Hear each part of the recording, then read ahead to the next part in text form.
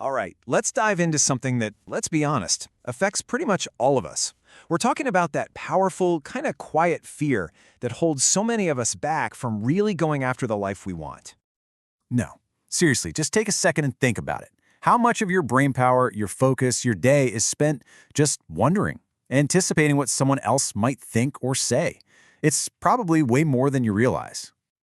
Well, it turns out this feeling, it actually has a name. And just knowing what it is, that's the first step to getting a handle on it. Yep, FOPO, the fear of other people's opinions. And look, this isn't some personal weakness or a flaw you have. It's literally an ancient survival program running in the background of your brain. See, way back, our biggest threat wasn't a saber-toothed tiger, it was getting kicked out of the tribe. If you were on your own, you were done for. So we evolved to be super sensitive to what everyone else thought about us. But here's the problem. That ancient programming, it doesn't always help us in the modern world. It's the little voice that tells you not to speak up in a meeting. It's that pressure you feel to maybe bend your own values just to fit in. And it's definitely the reason so many of us are afraid to go all in on something we love, because we're worried people will think we're weird or obsessive. It just makes it so hard to be decisive, to really master anything. Okay, so we know this fear runs deep. It's baked into our DNA. But what if I told you that most of it is based on a huge misunderstanding of how the world actually works? Let's look at the proof. Man, this quote from David Foster Wallace, it just hits the nail on the head. And what's wild is, this isn't just a nice idea. It's actually backed up by some pretty amazing research.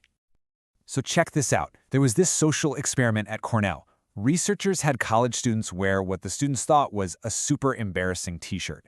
It had a giant picture of Barry Manilow on it, and then walk into a room packed with other students. Afterwards, the researchers asked them, okay, what percentage of the people in that room do you think noticed your shirt?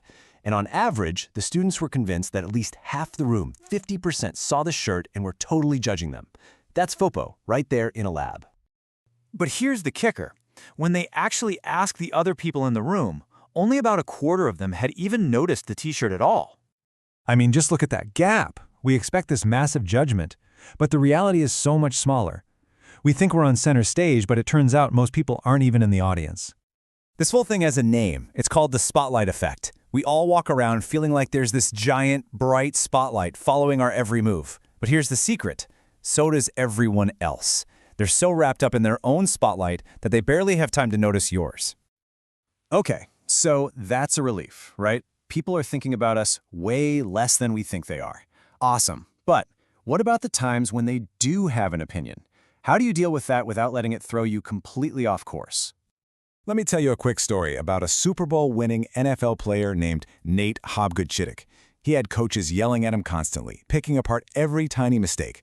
So to deal with it, he imagined this mental screen in front of him. Any feedback that was actually helpful could get through, but all the insults, the contempt, it would just hit the screen and slide right off. We can take that idea and build on it. Think of it like having 3 powerful, protective screens you can use to filter every opinion that comes your way. So, the first screen is your purpose. You have to ask yourself, are you living for short-term approval, or are you living for your long-term mission? Chasing approval is like a company that only cares about this quarter's profits. It completely loses its way. So when an opinion comes at you, you just ask, does this help me with my purpose? If the answer is no, it just hits that screen and falls away. The second screen is what we'll call your roundtable. Look, not every opinion gets a vote. The only ones that should really land are from a tiny group of people, maybe 3 to 5, max. These are the people who you know without a doubt want what's best for you, people you respect deeply, and crucially, people who aren't afraid to tell you the hard truth because they care. Some random person's comment online, they don't get a seat at this table. And finally, the third, and honestly, the most powerful filter, the death screen. It sounds intense, but it's incredibly simple. When you're stressing out about someone's opinion, just ask yourself this. Given that my time here is finite, will this matter on my last day on Earth? That harsh email from a coworker? Probably not. A heartfelt piece of advice from your kid? Yeah, that probably will. This screen gives you instant clarity. So let's put it all together. We get where the fear comes from, we see that it's mostly an illusion, and now we've got these 3 powerful tools to filter out the noise. So what's the end result of all this? I mean, the difference is night and day. A life run by FOPO is just full of hesitation, pressure, and feeling stuck. But a life where you filter everything through your purpose, your round table, and your own mortality, that's a life of clarity, and purpose. And, well, you just get to be you. It's about authenticity. So here's the bottom line. You really don't have to live your life as a slave to what other people might be thinking.